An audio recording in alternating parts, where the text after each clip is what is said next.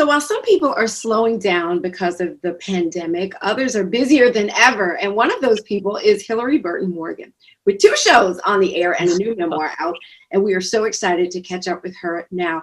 Hey, how are you? I'm okay. How's your family? We're all good. I mean, I think being on a farm, we're used to being isolated. And so that kind of stretch, that change in lifestyle hasn't been as drastic for us.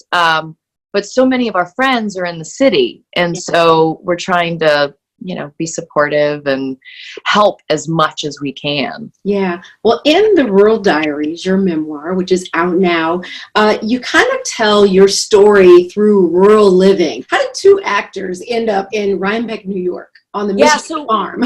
On our very first date, and I talk about this in the book, Jeffrey never asked what my favorite band was or my favorite movie or my favorite color. He wanted to know what I wanted and where I wanted to go. Huh.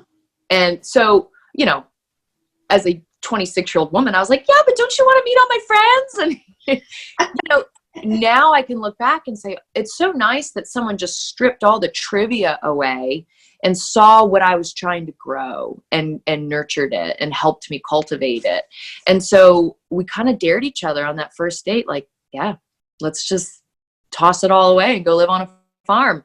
And so it took a little while to get us here. We started off in Los Angeles, and then Jeffrey, fortunately, was cast in a movie that was filming in upstate New York.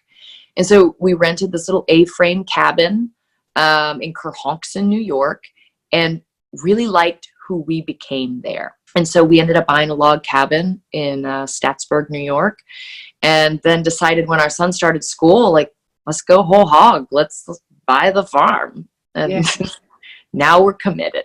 I love that. Well, until that, people, if they don't kind of make their way to your town in Rhinebeck, people can visit with you and Jeffrey on your new talk show, Friday night. That's right. With the Morgans. And I heard you didn't even know about this until a couple of days before. Oh my God. What?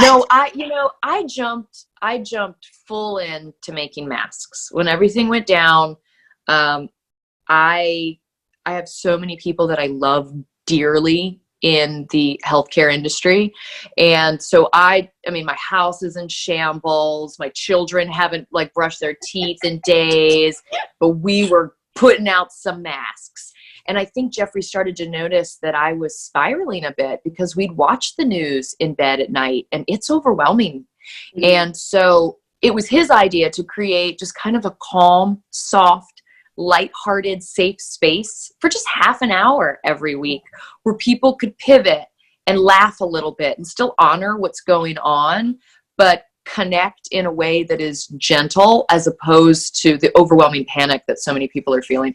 So he pitched the show. I had no idea. I get a text from somebody at the network and I'm like, what's going on? Guess we're doing a show now. And how are you and Jeffrey on working together? It's nice. We'd been saying for years that we wanted to work together.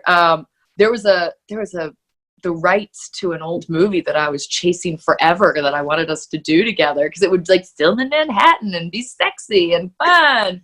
And instead, we barely shower and we're shooting in our garage. So that's the same. Well, your worlds almost collided. There were some degrees of separation with you on this new show on NBC, Council of Dads, with Sarah Wayne Callies. And she used to be on The Walking Dead. But I want you to tell us who you're going to play on this show. I got cast as a character named Margot, and it's always interesting when you get an offer for something because you read the part and you're like, I wonder what made them think of me for this. So Margot is a part of a larger corporation that comes in and buys businesses and becomes a parent company. And so Margot has come in and purchased the Crab Shack.